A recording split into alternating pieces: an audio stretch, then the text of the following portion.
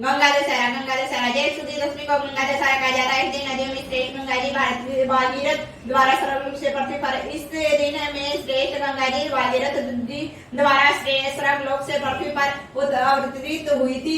जेठ शुक्ल दशमी को सोमवार तथा हस्त नक्षत्र होने पर यह तिथि घोर पापों को नष्ट करने वाली मानी गई है। हस्त नक्षत्र में बुधवार के दिन गंगा अवतरण हुआ था, इसलिए यह तिथि अधिक महत्वपूर्ण है। इस तिथि में स्नान दान तर्पण और 10 पापों का विनाश होता है, इसलिए इसका नाम दशहरा पड़ा है। प्राचीन कथा गंगा दशहरा की कथा।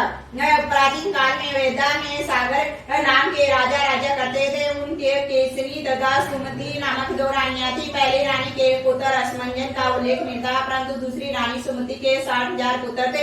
एक बार जब राजा सगर अश्वमेध यज्ञ कर रहे थे, उस समय यज्ञ पूर्ति के लिए एक घोड़ा छोड़ा। यज्ञ को भंग करने के लिए उस घोड़े को चुरा कर कपिल मुनि के आश्रम में बांधा है। राजा ने उसे खोजने के लिए 60,000 पुत्रों को भेजा। खोजते खोजते वे कपिल मुनि के आश्रम में पहुंचे तथा समाश्रित मुनि के क्रोधाग्नि से जलकर भस्म हो गए। अपने पितरव्य चरणों को खोजता हुआ अंशुमान जब मुनि आश्रम में पहुंचा तो महात्मा गरुड़ ने भस्म होने का समूचा वरदान बताया। गरुड़ जी ने यह बताया कि यदि इन सब की मुक्ति चाहते हो तो गंगा जी को स्वर्ग से धरती पर लाना पड़ेगा। इस समय अशोक को ले जाकर अपने पितामह के यज्ञ को पूर्ण कराया, उसके बाद यह कार्य करना। अंशुमान ने घोड़े सहित यज्ञ मंडप पर पहुंचकर सगर से ऐसा वरदान कह सुनाया। महाराज सगर की मृत्यु के उपरांत अंशुमान और उसके पुत्र दिलीप जीवन पर्यंत तपस्या करके भी गंगा जी को मृत्यु लोक में न ला सके। अंत में महाराज दिलीप के पुत्र भागीरथ ने गंगा जी को इस लोक में लाने के लिए गोकर्ण तीर्थ में जाकर कठोर तपस्या की। इस प्रकार तपस्या करते करते कई वर्ष बीत गए।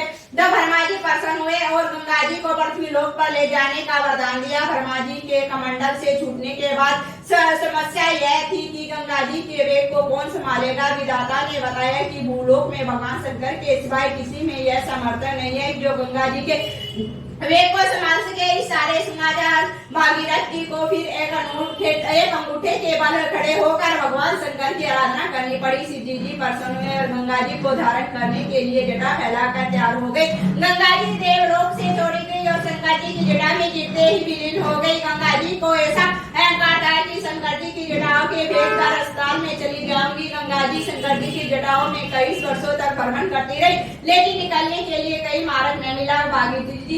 भागीरथ जी ने पुनः अनुनय विनय करने पर नंदीश्वर ने प्रसन्न होकर हिमालय में ब्रह्मा जी द्वारा निर्मित बिंदु सार में गंगा को जी को छोड़ा।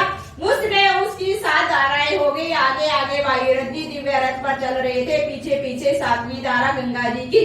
धरातल पर गंगा जी के आते ही हाहाकार मच गया। जिस रास्ते से गंगा जी निकल रही थी उसी मार्ग में ऋषि राज जनु का आश्रम तथा तपस्या स्थल पड़ता था। तपस्या आदि में विघ्न समझकर वे गंगा जी को पी गए। फिर देवताओं के अनुनय विनय करने पर प्रार्थना करने पर उन्हें पुनः जाम से निकाल दिया। तभी से यह जन्मू पुत्री या जानवी कहलाई। इस प्रकार अनेक स्थानों पर तरन तारण करती जानवी ने कपिल मुनि के आश्रम में पहुंचकर सगर के 60,000 पुत्रों के भस्मावेशों को तार कर मुक्त किया। उसी समय ब्रह्मा जी ने प्रकट होकर भागीरथ जी के कठिन तप और सगर के 60,000 पुत्रों के अमर होने का वरदान दिया। तदंतर यह घोषित किया कि तुम्हारे ही नाम पर गंगा जी का नाम भागीरथी होगा। अब तुम अयोध्या में जाकर राजकाज संभालो। ऐसा कहकर ब्रह्मा जी अंतर्धान हो गए। इस वरदान से भागीरथी जी पुत्र लाभ तथा सुखपूर्वक राज्य भोग कर परलोक हो गए। बोलो श्री लक्ष्मी माता की जय। शिव जी महाराज।